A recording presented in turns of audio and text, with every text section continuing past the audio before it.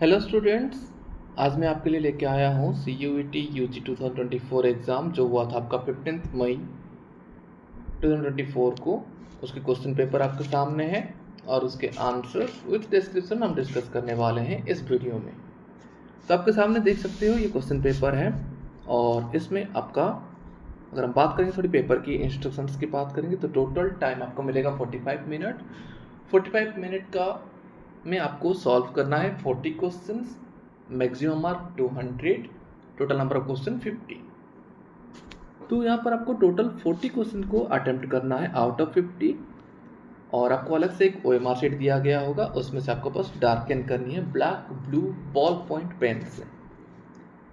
और हर एक correct answer के लिए आप देख सकते हो यहाँ पर 5 मार्क आपको मिलने वाला है और रॉन्ग आंसर के लिए 1 मार्क डिडक्ट होने वाला है। चलिए स्टार्ट करते हैं। पहला question, analogous structure are result of.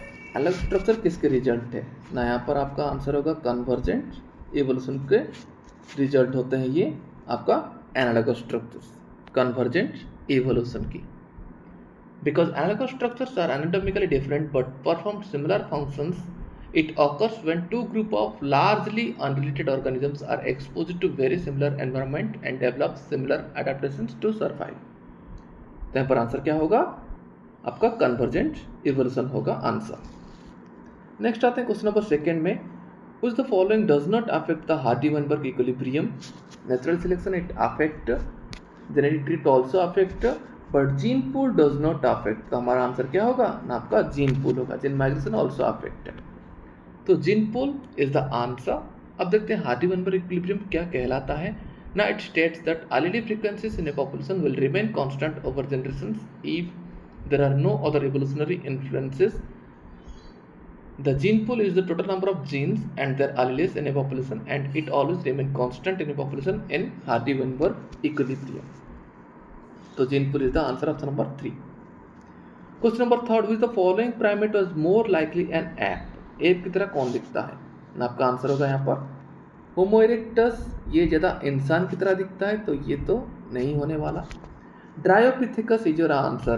This primate was more likely an ape. Australopithecines ये भी नहीं होगा, रामापिथेकस भी नहीं होगा, तो आंसर क्या होगा आपका Dryopithecus option number second. Because the appearance of Dryopithecus had an ape-like limbs and body feature. They walked like modern gorilla and chimpanzees.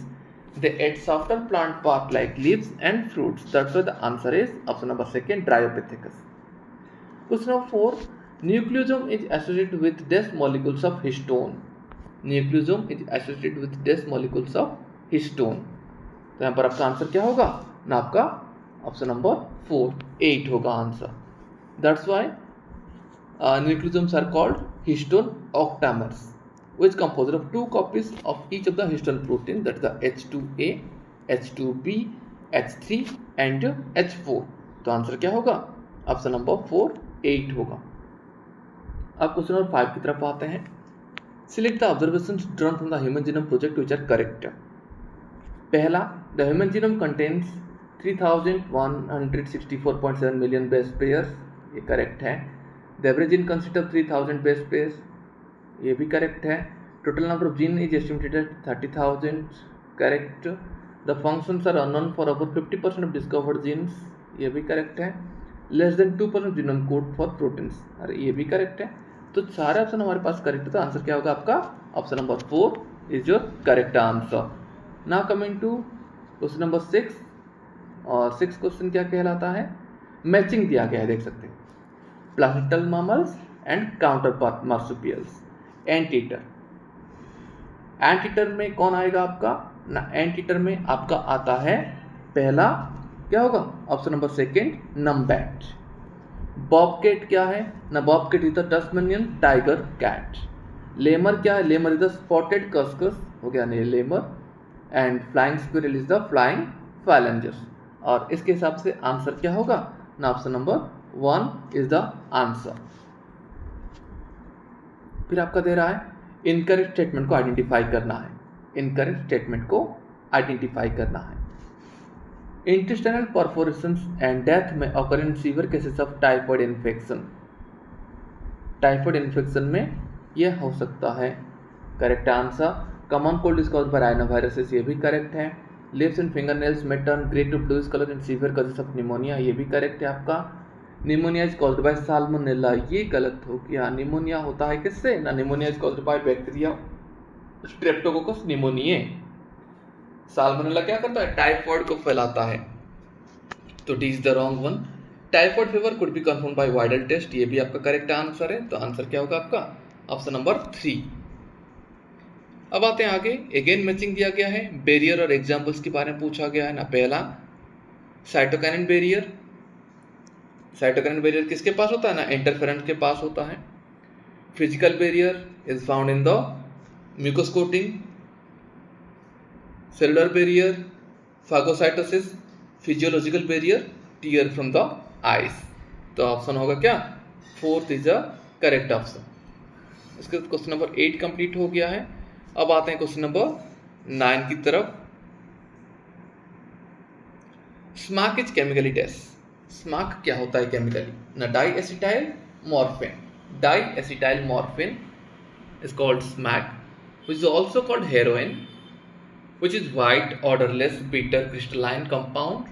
It is obtained by acetylation of morphine, which extracted from the latex of poppy plant Papaver somnifera. Now the next one, antibodies are secreted by. antibodies कौन secrete करता है, T cell तो नहीं करते, B cells करते हैं antibody secrete, alpha cell नहीं, beta cell भी नहीं।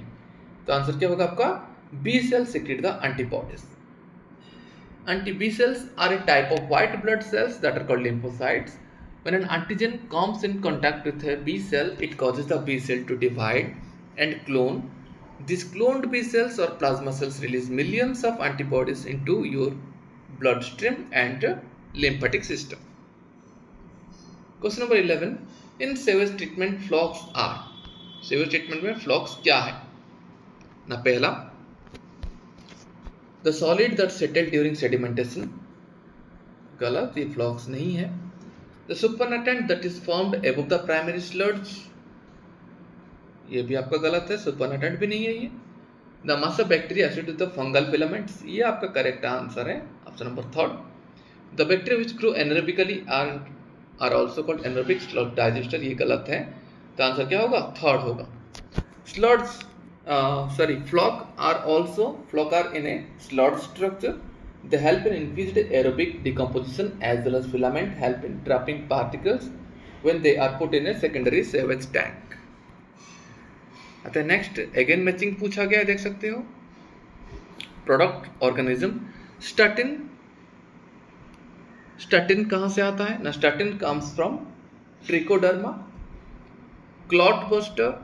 Clotbuster is from Streptococcus, Swiss cheese, Propionibacterium, Cyclosporin A, Monascus। तो इसके हिसाब से आंसर क्या होगा, option number 1 is your correct answer. अब आते हैं नेक्स्ट क्वेश्चन नंबर 13 की तरफ।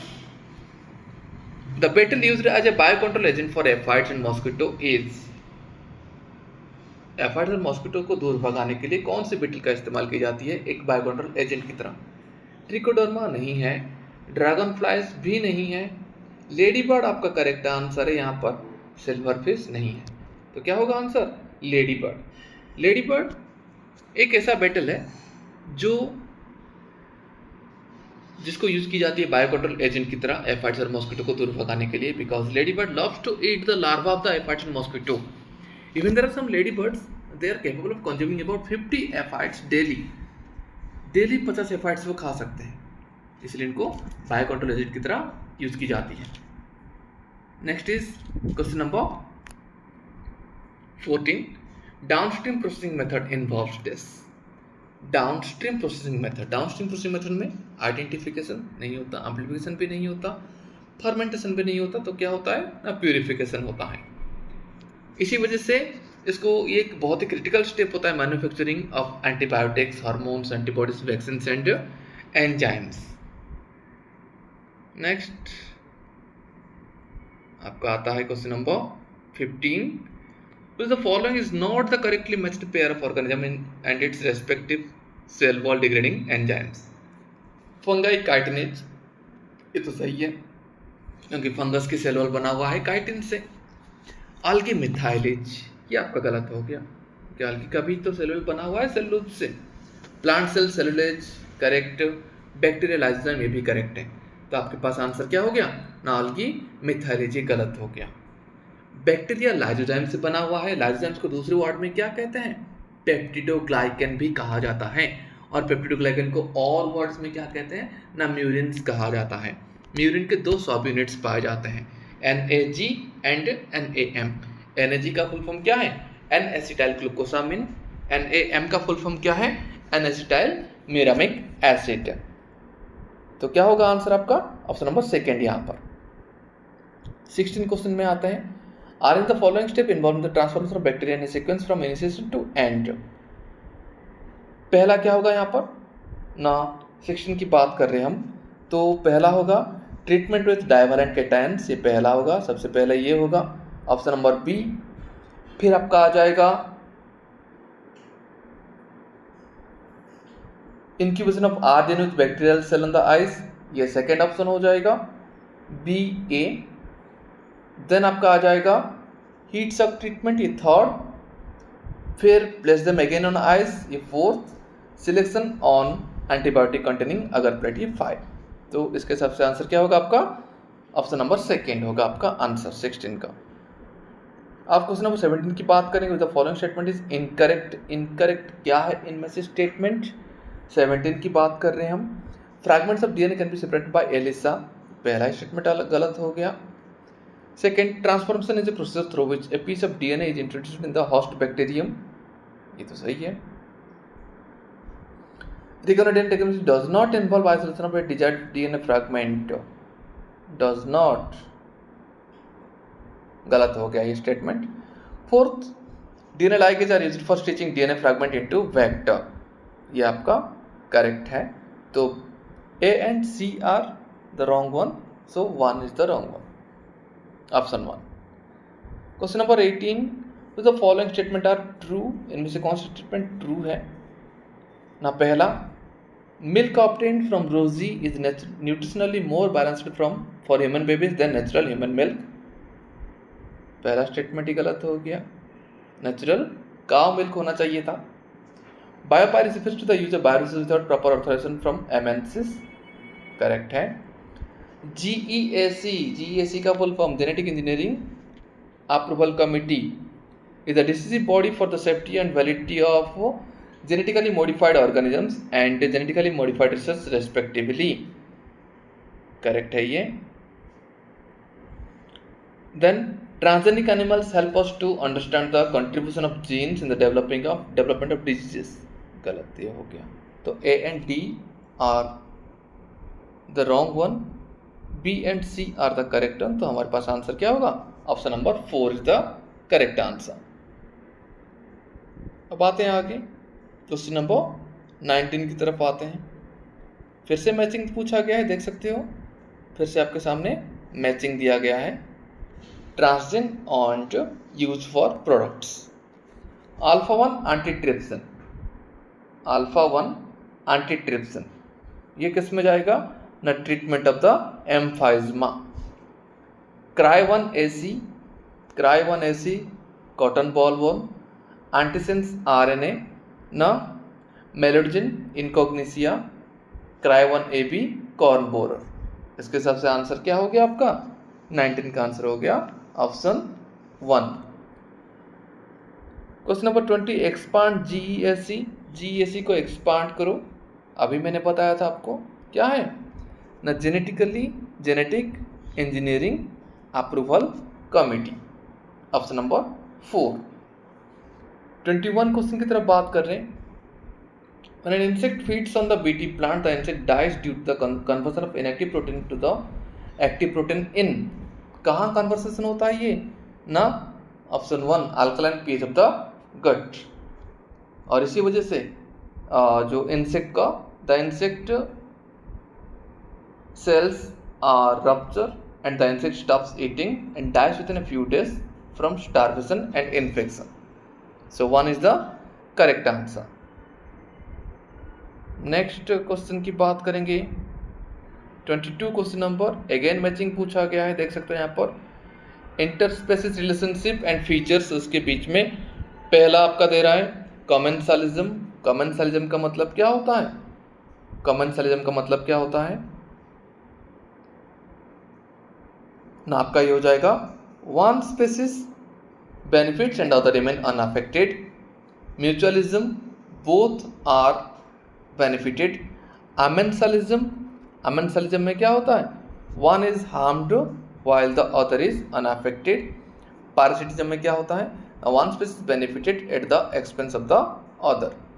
तो इसके हिसाब से आंसर क्या हो जाएगा आपका ना? 22 का आंसर होगा आपका ऑप्शन नंबर सेकेंड। अब आते हैं आगे क्वेश्चन नंबर 23, देख सकते हो in a country at any time the population has the same number of youngs and mature ones. दोनों का नंबर सेम है। What type of growth does it reflect? It reflect stable growth and stable population कहाँ पाया जाता है ना? Developed countries like Japan. Next 24 question number, two close related species can coexist indefinitely and violate the Gause's competitive exclusion principle by dash. Gause's principle के बारे में दिया गया है, एलिमिनेटिंग द इंफीरियर स्पेसीज, ये गलत हो गया। रिसोर्स पार्टिशनिंग, ये आपका आंसर है। इंटरेक्टिंग विथ ईच अदर सिम्बायोटिकल, ये भी गलत है। Changing the area of grazing, ये भी गलत हो गया। तो आंसर क्या होगा? Research partitioning. गॉड्स प्रिंसिपल क्या कहलाता है? It is also called competitive exclusion principle. It states that two species with identical ecological requirements can not coexist in the same area at the same time if they are competing for the same limited resources. अब आते हैं question number 25, The process of mineralization by microorganisms help in the release of dash. Inorganic nutrients from detritus and formation of humus, ये आपका हो गया पहला, ये correct. Organic nutrient from humus गलत हो गया। इनऑर्गेनिक न्यूट्रिएंट फ्रॉम ह्यूमस, ये भी गलत हो गया। Organic and inner nutrient from detritus, ये भी गलत हो गया। तो आंसर क्या होगा? पहला ऑप्शन आपका। अब आते हैं क्वेश्चन नंबर 26 में, in which ecosystem is the biomass of primary consumer greater than producer. किस इकोसिस्टम में biomass of primary consumer greater than producer? Forest में नहीं है, ग्रासलैंड में भी नहीं है, डेजर्ट में भी नहीं है, तो क्या होगा? Aquatic ecosystem, that is the C. Aquatic ecosystem में ही तो आपको देखने को मिलता है क्या? इन्वर्टेड पिरामिड्स देखने को मिलता है। अब आते हैं आगे, ये सब क्वेश्चन हमने कर लिया है।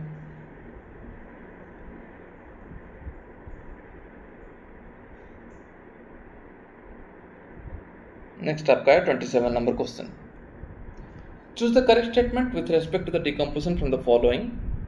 Decomposition is an anaerobic process. Correct statement हमें ढूंढना है ना, तो पहला यहाँ पर गलत हो गया, एरोबिक प्रोसेस होता है ये। Decomposition rate of rate depend upon the chemical nature of it, ये सही है। Water soluble organic nutrient go into the soil and get precipitated in the process of leaching, ये गलत हो गया। यहाँ पर ऑर्गेनिक की बजाय अगर इनऑर्गेनिक होता तो ये सही हो जाता। ह्यूमिफिकेशन फॉलोड बाय मिनरलाइजेशन, ये भी सही है। तो बी एंड डी हमारे पास सही है, तो करेक्ट आंसर पूछा है तो option number 1 B and D are correct है। फिर से मैचिंग पूछा गया है, concept and explanation standing state. Standing state क्या बता रहा है? स्टैंडिंग स्टेट ना, amount of mineral nutrient in the soil at a given time, that is called standing state, option number 4. secondary productivity, secondary productivity ये क्या होगा ना? rate of formation of organic matter by consumer, that is called secondary productivity. standing crop क्या है ना? standing crop is the mass of living matter in a trophic level at a given time. Net primary productivity is the available biomass for the consumption of the heterotrophs. तो इसके हिसाब से answer क्या हो गया आपका ना? Third is the correct answer. अभी एक पैसेज दिया गया है, फिर कुछ क्वेश्चन से, तो हम क्वेश्चन की तरफ ही आ गए सीधा। Which the following is not a sexually transmitted disease? क्लामाइडियासिस ये है, फिलारियासिस ये नहीं है, जेनिटल हर्प्स ये है, ट्रिकोमोनियासिस ये भी है। तो filariasis is the correct answer, option number second. अब आते हैं next,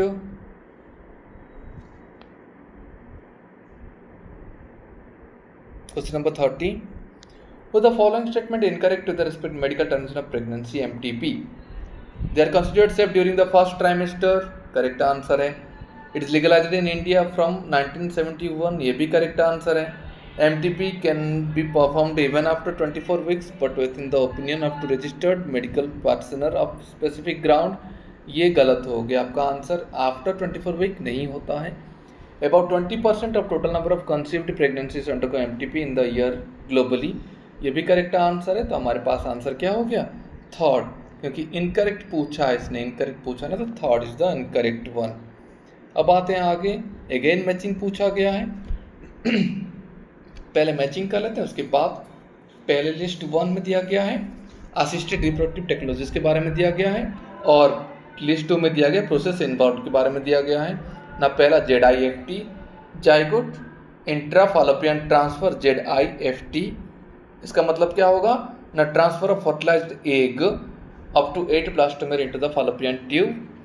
ICSI intracytoplasmic sperm injection, intracytoplasmic sperm injection, ये आपका हो जाएगा पहला option. Formation of embryo in vitro by injecting sperm directly into the ovum.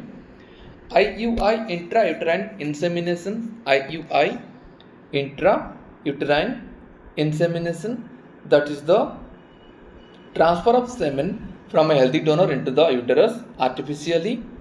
IUT इसका मतलब क्या हो गया? ना transferring of embryo with more than 8 blastomere into the uterus. तो इसके हिसाब से आपका आंसर क्या होगा? 31 का आंसर हो जाएगा आपका ऑप्शन नंबर सेकेंड। बातें आगे 32। The following method contraception is not meant for females, females के लिए कौन सा मेथड नहीं है?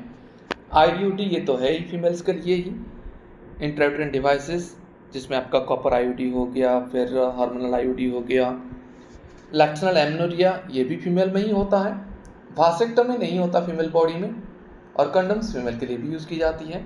तो यहाँ पर हो गया आपका answer option number third, vasectomy. अब question number 33, Saheli an oral contraceptive pill also known as once a week pill was developed by, सहेली को किसने डेवलप किया था? ना CDRI central drug research institute, that is present in the Lucknow Uttar Pradesh ने इस pill को डिस्कवर किया था। It is an non steroidal pill which have 0 side effect. अब आते 34 क्वेश्चन नंबर की तरफ। यहाँ पर फिर से पैसेज दिया गया है, which the following is not a characteristic stable biological community, इनमें से कौन सा एक स्टेबल बायोलॉजिकल कम्युनिटी का कैरेक्टरिस्टिक्स नहीं है? पहला, it must be resistant to invasion of by alien species, ये तो है ही। It should not show too much variation in productivity from year to year, ये भी है। All the species are equally important in a stable community and absence of anyone leads to its unstability, ये गलत हो गया क्योंकि not पूछा, ये कैरेक्टरिस्टिक्स नहीं है। It is resilient to occasional disturbances whether natural और मैन मेड, ये है। तो आंसर क्या होगा आपका? Third one is the answer. अब question number 35, in rivet popper hypothesis the rivet signifies, rivet popper hypothesis में राइवेट क्या दर्शाता है? ना स्पेसिस को दिखाता है राइवेट। अभी राइवेट-पपर हाइपोथेसिस क्या है ना, यहाँ पर ये दिया गया है ना, it was proposed by Paul Ehrlich. Rivet popper hypothesis किसने प्रपोज किया था? ना पॉल एरलिच ने प्रपोज किया था। It suggests that the importance of species richness in the maintenance of the ecosystem. The rivet of an aeroplane were compared with species in an ecosystem. If the passenger starts to pop the rivet from the wings of an aeroplane, the aeroplane will not be able to perform its flight. So if the species present in an ecosystem are reduced, the ecosystem will collapse. Proposed by Paul Ehrlich. Next question, question number 36. The scientist who proved the species richness directly correlates with the stability of a community was dash. Option number second, David Tilman. David Tilman ने इस चीज को कहा था। Question number 37, among the vertebrates with the following is the most species rich group? ना reptiles, fishes, insect, mammals। Answer होगा आपका option number second, fishes. Fish में ज़्यादातर डिफरेंट वेराइटी स्पीसीज पाए जाते हैं, और अगर हम बात करेंगे ना, लगभग 31,000 species are found in the fishes. Now, question number 38. Various hypotheses proposed in the explaining the greatest biological diversity in tropic except. बहुत सारा हाइपोथेसिस दिया गया है बायोलॉजिकल डाइवर्सिटी के बारे में ट्रॉपिक्स को लेके, पर यहाँ पर कौन सा नहीं है. पहला, temperate region are subjected to glaciations but tropical altitudes have remained relatively undisturbed. Correct है ये. Tropical environment have more humidity, moisture, which help in the diversity to flourish. यहाँ पर गलत हो गया. Tropical environment are less seasonal and more constant. Correct है. There is more solar energy available in tropic, which contribute to higher productivity and hence biodiversity. ये भी आपका correct है. तो आंसर क्या हो गया आपका? सेकेंड वाला. एक्सेप्ट पूछा है ना इसने यहाँ पर, तो सेकेंड इज द आंसर. अब आते हैं आगे. फिर कुछ हिंदी में क्वेश्चंस हैं, फिर आगे आपका इंग्लिश में. 39. Cells present in the mature pollen grain are. Mature pollen grain के अंदर किस किस टाइप के सेल्स पाए जाते हैं? सेंटर सेल, जेनेटिव सेल गलत. एंटीपोडल सेल, वेजिटेटिव सेल ये भी गलत. वेजिटेटिव सेल, जेनेटिव सेल ये आपका करेक्ट आंसर हो गया. और फिर filiform cell and micropylar cell ये भी गलत है. तो वेजिटेटिव एंड जेनेटिव सेल ये आपका करेक्ट आंसर है. और कैसे है ये, नाम देख सकते हैं. वेजिटेटिव सेल क्या होता है ना, it is a larger cell, irregularly shaped nucleus and a lot of food reserve. But the genetic cell, it is a smaller cell that float in the cytoplasm of the vegetative cell. Now coming to the matching structure function. Filiform apparatus का काम क्या होता है? It guides the pollen tube into the synergids. Tapetum का function nourishes the pollen grain. Exine made up of sporopollenin. Funicle is the attachment of ovule to the placenta. तो इसके हिसाब से आंसर क्या होगा आपका? ना आंसर होगा आपका option number second. Now question number 41.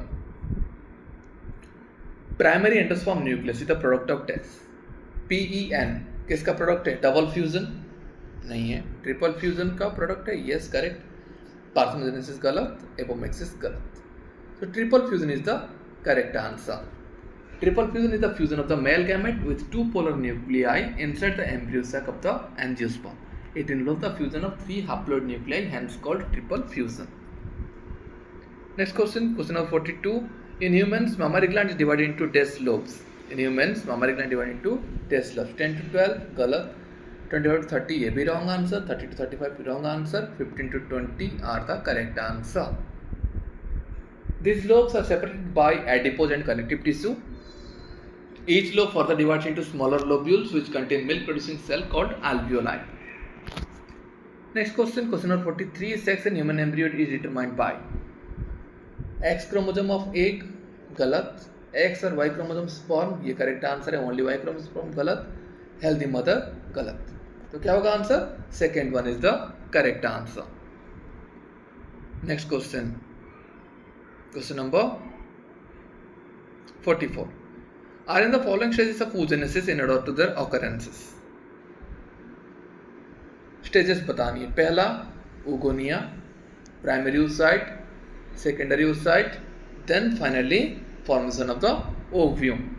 Oogenesis क्या है? It is the process of female gamete formation in the ovaries.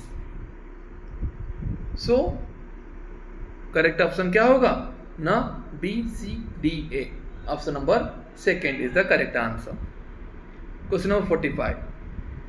Which the following pair of contrasting trait was not studied by Mendel. Mendel किस contrasting trait के बारे में study नहीं किया था? हमने पढ़ा था कि 7 पेयर ऑफ contrasting कैरेक्टर्स होते हैं मेंडल की. तो देखते हैं. पिंक एंड व्हाइट फ्लावर पहला ही गलत हो गया, पहला के बारे में ही नहीं पढ़ा. इनफ्लेटेड कंस्ट्रक्टेड पॉड इसके बारे में पढ़ा था. एक्सेलेंट टर्मिनल फ्लावर्स इसके बारे में पढ़ा था. ग्रीन येलो पॉट्स इसके बारे में पढ़ा था. तो क्या होगा answer? Option A is the correct answer. Question number 46. 46 क्या बता रहा है ना? Failure of chromatid to segregate during cell division cycle result in the death. Failure of chromatid to segregate during the cell division cycle result in the polyploidy गलत. Euploidy ये भी गलत. Aneuploidy आपका करेक्ट आंसर है, aneuploidy. Out of polyploidy ये गलत हो गया। Aneuploidy is also called non disjunction. It happens in both mitosis and meiosis, resulting the daughter cell with abnormal number of chromosomes. Now question number 47, select the correctly matched pair about sickle cell anemia, genotype phenotype दिया गया है आपके सामने, देख सकते हो। तो पहला HbA डिजीज फिनोटाइप गलत, HbA डिजीज फिनोटाइप ये भी गलत हो गया। HbS डिजीज फिनोटाइप ये सही है, HbS कैरियर ऑफ डिजीज ये भी सही है। तो C and D are correct, option 1 is the correct answer. Now coming to the question number 48, again matching पूछा गया है, देख सकते हो साइंटिस्ट के नेम और उनके डिस्कवरी। सूटन एंड बोवरी क्या डिस्कवर किया था इन्होंने? Sutton and Boveri chromosomal theory of inheritance, Sturtevant genetic map, Henking X body, Griffith आपका ट्रांसफॉर्मेशन ऑफ द बैक्टीरिया। इसके हिसाब से आंसर क्या हो जाएगा ना, option A is the correct answer.